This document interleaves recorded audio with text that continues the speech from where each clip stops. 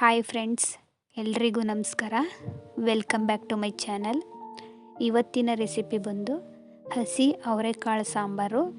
ಯಾವುದೇ ಮಸಾಲೆನ ರುಬ್ಬದೆ ನಮ್ಮ ಹಳ್ಳಿ ಸ್ಟೈಲಲ್ಲಿ ಯಾವ ರೀತಿ ಸಾಂಬಾರನ್ನ ಮಾಡೋದು ಅಂತ ನೋಡೋಣ ಬನ್ನಿ.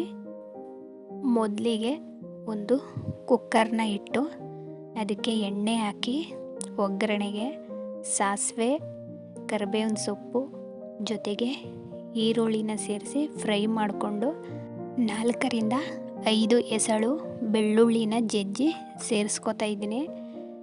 ಯಾವುದೇ ಹಸಿಕಾಳು ಸಾಂಬಾರನ್ನ ಮಾಡಬೇಕಾದ್ರೆ ಬೆಳ್ಳುಳ್ಳಿನ ಒಗ್ಗರಣೆಗೆ ಸೇರಿಸೋದ್ರಿಂದ ಅದರ ಫ್ಲೇವರು ತುಂಬಾ ಚೆನ್ನಾಗಿರುತ್ತೆ, ಸಾಂಬಾರು ಟೇಸ್ಟು ಕೂಡ ಚೆನ್ನಾಗಿರುತ್ತೆ. ಈಗ ಟೊಮೊಟೊ ಕಟ್ ಮಾಡಿ ಇಟ್ಕೊಂಡಿದ್ದೆ, ಅದನ್ನು ಕೂಡ ಸೇರಿಸ್ಕೊಂಡು ಟೊಮೆಟೊ ಸ್ವಲ್ಪ ಸಾಫ್ಟ್ ಆಗೋವರೆಗೂ ಬೇಯಿಸ್ಕೊತಾ ಇದ್ದೀನಿ.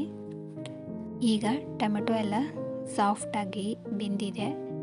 ಹಸಿ ಅವರೆಕಾಳು ಜೊತೆಗೆ ತಪ್ಪರೂ ಸಹ ಇತ್ತು ಒಂದೊಂದು, ಅದನ್ನು ಸೇರಿಸ್ಕೊಂಡು ಜೊತೆಗೆ ಒಂದು ಆಲೂಗಡ್ಡೆನೂ ಸಹ ಕಟ್ ಮಾಡಿ ಇಟ್ಕೊಂಡಿದೆ, ಅದನ್ನು ಸೇರಿಸ್ಕೊಂಡು ಮಿಕ್ಸ್ ಮಾಡಿ 2 ಸ್ಪೂನ್ನಷ್ಟು ಸಾಂಬಾರು ಪುಡಿನ ಸೇರಿಸ್ಕೊತಾ ಇದ್ದೀನಿ. 2 ಗ್ಲಾಸ್ನಷ್ಟು ನೀರು ಹಾಕಿ ಚೆನ್ನಾಗಿ ಮಿಕ್ಸ್ ಮಾಡಿಕೊಂಡು ಕುಕ್ಕರ್ ಲಿಡ್ನ ಕ್ಲೋಸ್ ಮಾಡಿ 1 ವಿಷಿಲ್ ಕೂಗಿಸ್ಕೊಳ್ತಾ ಇದ್ದೀನಿ. ಮಸಾಲೆ ರುಬ್ಬಿ ಮಾಡೋದಕ್ಕಿಂತ ಈ ರೀತಿ ಸಾಂಬಾರು ಪೌಡ್ರನ್ನ ಹಾಕಿ ಮಾಡೋದ್ರಿಂದ ಸಾಂಬಾರು ತುಂಬಾ ಟೇಸ್ಟಾಗಿರುತ್ತೆ. ಮುದ್ದೆಗಂತೂ ಬೆಸ್ಟ್ ಕಾಂಬಿನೇಷನ್ ಅಂತಲೇ ಹೇಳ್ಬೋದು. ಈ ಥರ ಬೆಳಿಗ್ಗೆನೇ ಮುದ್ದೆ ಮಾಡಿ ಸಾಂಬಾರು ಮಾಡಿ ತಿಂತಿದ್ರೆ ಹೊಟ್ಟೆ ತುಂಬ ಊಟ ಮಾಡಿದ್ದೀವಿ ಅನ್ನೋ ಥರ ಫೀಲ್ ಆಗುತ್ತೆ.